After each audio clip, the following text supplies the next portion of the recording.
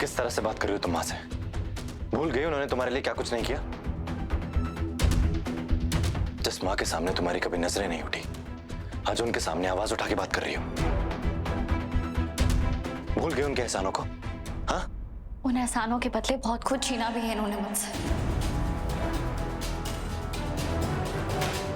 और इनका सच तो मैं अभी जानी हूं। तुम भी इन्हें अच्छी तरह नहीं जानते रोहित।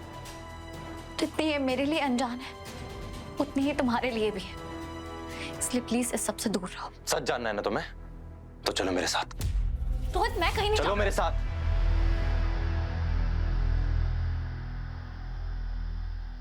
रोहित मैं नीता आंटी से बात करे बिना कहीं नहीं जाऊंगी। हाथ छोड़ो रीता। मैंने कहा हाथ छोड़ो रीता। बचपन की दोस्त हो मेरी, और वो मेरी पत्नी है।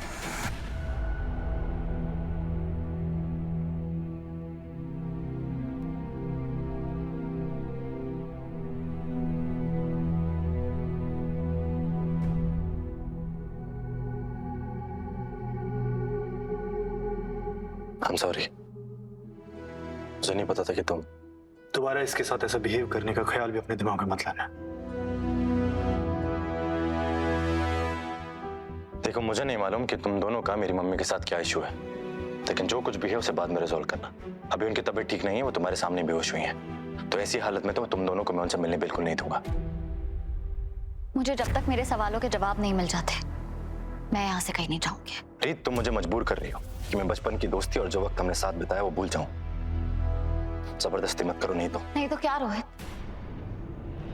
नहीं तो क्या? जब तुम्हारी माँ को तुम्हारी सबसे ज्यादा जरूरत थी तब तो तुम आए नहीं। कहाँ थे तुम जब वो हॉस्पिटल के बेड पे तुम्हारा वेट कर रही थी कि तुम आओगे, उन्हें बोन मैरो दोगे और उनकी जिंदगी बच जाएगी? मैंने तुम्हें इतने फोन किए, इतने मैसेजेस किए, ना तुम आए और ना तुमने जवाब दिया।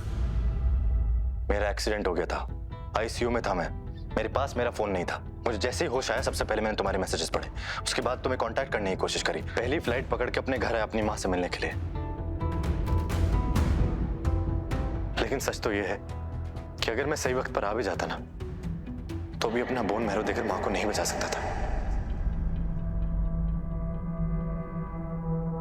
बिल्कुल बचा सकते थे, बेटे हो ना तुम उनके। हाँ, मैं उनका बेटा हूं, लेकिन मेरी रगों में उनका खून नहीं है।